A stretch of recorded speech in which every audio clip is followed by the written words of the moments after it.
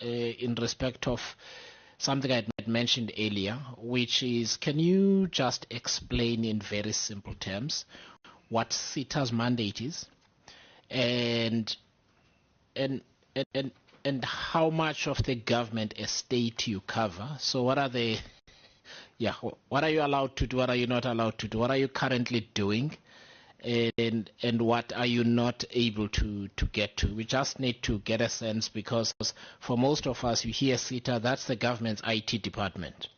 And anything goes wrong with IT, we look at you. So we just want to have kind of the correct and accurate framing of your mandate, and then we'll take it from there.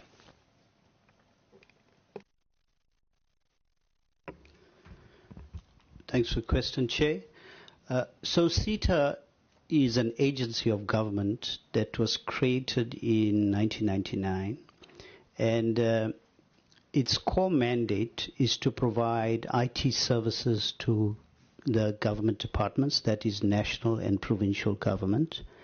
And in doing so, we need to provide it in a secure and cost-effective manner. So it's secure, cost-effective services to government, and then we're talking national and provincial government. It then goes on to identify a few things, to say there are those services that are mandatory, meaning that when the agency was created, the premise was that there are certain services that more than one government department would use, common services. So SITA needed to build capability to be able to provide those common services in a secure, cost-effective manner. So we refer to those services as mandatory. To give an example, a government network, so network services. So the idea there is that every government department requires a network. So SITA could then have a government network that is secure, and only government uses that network. We cannot share that network with anyone else, because it becomes a cybersecurity risk, as an example. And there are many others, data centers and all those type of things. But then there are also non-mandatory services, meaning that those services that are unique to a government department. So when you say unique, it's, for example, an application that only that government department would use. And I'll take, for example, let's say weather service. I'm going to be out there, weather services, right? And they put monitoring on the sea to see what the sea levels are and all those type of things. Now those type of things no other government department would use. It's unique. So that type of application, because it's unique, then it becomes non-mandatory, right? So SITA then has been focusing on its mandatory services, but government departments have also wanted SITA to provide non-mandatory services. So the number of government departments that work with SITA, and we also provide non-mandatory services. So we have built capabilities on both sides, because there's value that we provide to government. Within the mandatory, we have a service called procurement. So what it means is that every government department is mandated to come to SITA to procure, because it falls under the mandatory side. And so even if government departments want to go to industry for non-mandatory services, they have to come to SITA to assist them to procure it from industry.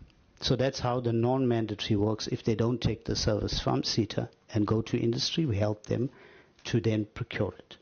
But when we do that, it's just the administrative function of procurement, because once the supplier is identified, the department then awards that, and the department controls, monitors, and contracts, not SITA. So in essence, that's basically the way SITA has been operating. Now, I want to just come to the cybersecurity part.